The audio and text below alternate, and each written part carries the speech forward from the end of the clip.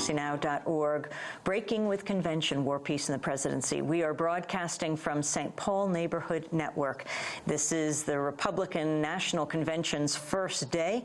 I'm Amy Goodman. Despite the serious questions surrounding the uncertain fate of this week's convention, protests are continuing. Today, Iraq veterans against the war march on the Excel Center in an attempt to raise awareness about what they characterize as Senator John McCain's anti-veteran voting record and his continued support for the occupation of Iraq and the war in Afghanistan. On Sunday, there was another veteran-led protest, this one organized by Vets for Peace, a large national organization made up of veterans of every war from Korea and Vietnam and Iraq.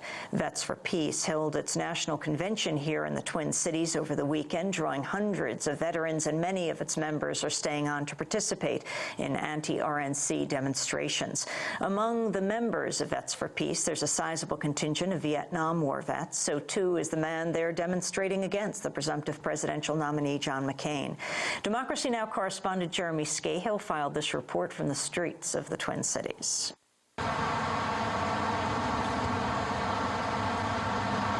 My name is Bruce Berry, and I am from Minneapolis. I'm a member of Vets for Peace and a veteran of Vietnam in 1968 during the Tet Offensive. And here we're at the Vietnam Memorial here in Minnesota at the state capitol. I was here for the dedication, and Westmoreland was here, and I believe it was in 1992.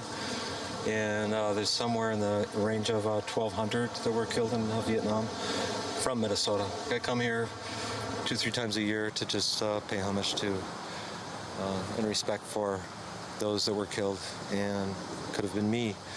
And yeah, my heart kind of sinks sometimes when I am here. Depends on the day. Bruce Berry has been joined in his hometown this week by 400 friends. They're all veterans who've come to Minneapolis-St. Paul to protest the Republican National Convention. Many of them are Vietnam War vets, just like John McCain. What is your rank?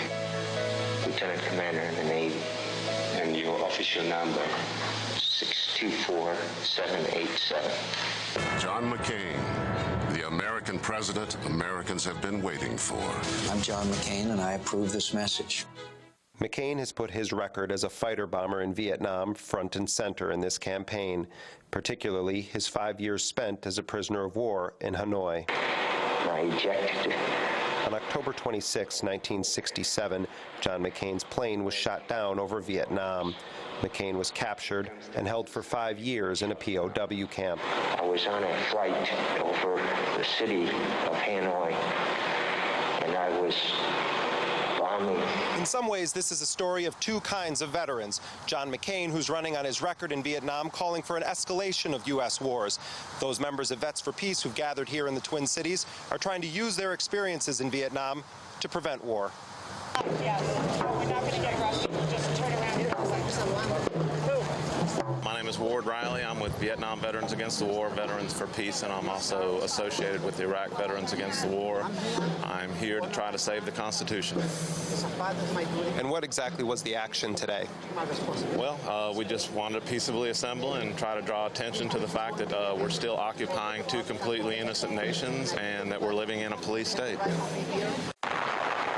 While much of the focus of the anti-RNC protests centers around the wars in Iraq and Afghanistan, the McCain camp's promotion of their candidate as a war hero has once again made the Vietnam War and McCain's role in it an issue.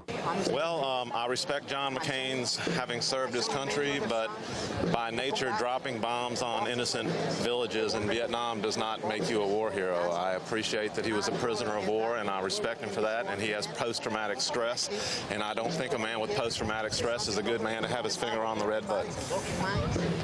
My name is Steve McEwen. I served in Vietnam from 66 to 67. If anything, he should be using his experience to try and prevent war instead of trying to do the things that he's doing right now to heat it up. My name is Mike Hasey. I was a medic in Vietnam. I served in Vietnam from 1970-71. I got there toward the end of the war, so I was seeing the homicides, the suicides, rampant drug addiction, heroin addiction, shootouts. We had assault helicopters. We had Cobra gunships. We had APCs. We had Dusters. We had 155mm howitzers. We had 175mm howitzers, and we were killing people. John McCain, of course, is also a Vietnam vet and is running in part on his war record. Your response? You know, he had 23 combat missions over Hanoi. I know what those airplanes hit. I have many friends that have walked into villages that have been bombed by napalm, have killed hundreds and thousands of innocent civilians. He bombed civilian targets because civilian targets are military targets. You have to remember that. It's the most important thing that you can remember. We kill innocent civilians on purpose. They are military targets. This Geneva Convention stuff is bull. And that's what we're doing in Iraq. That's what we're doing in Afghanistan. It's what we did in Vietnam. It's what we did in Laos, Cambodia, Panama, you name it. Both the Republicans and the Democrats refer to John McCain as a war hero.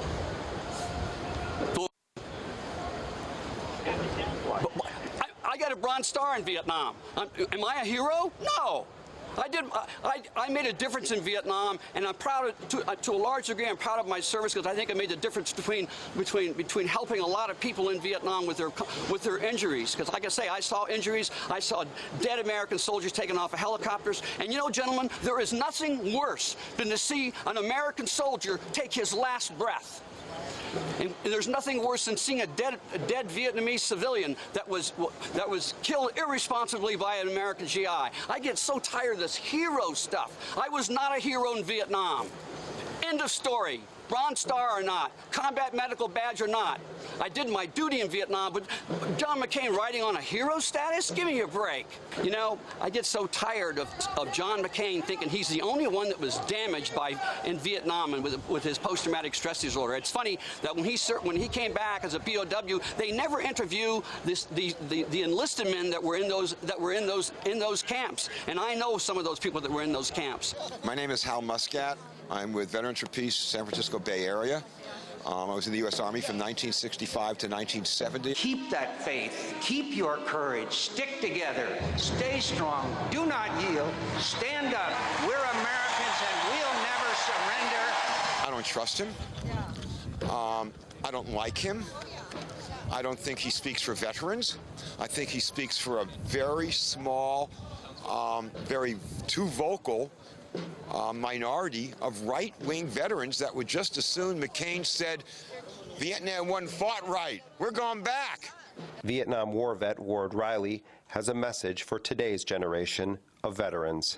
I say they should be out here on the streets with me protecting the Bill of Rights, which is what we swore to uphold. We swore to defend the Constitution, not blind obedience to the Commander-in-Chief. And the oath we took was to defend this nation against all enemies, both foreign and domestic. And right now, the domestic enemy is in the White House. For Democracy Now!, this is Jeremy Scahill with Rick Rowley of Big Noise Films in the Twin Cities.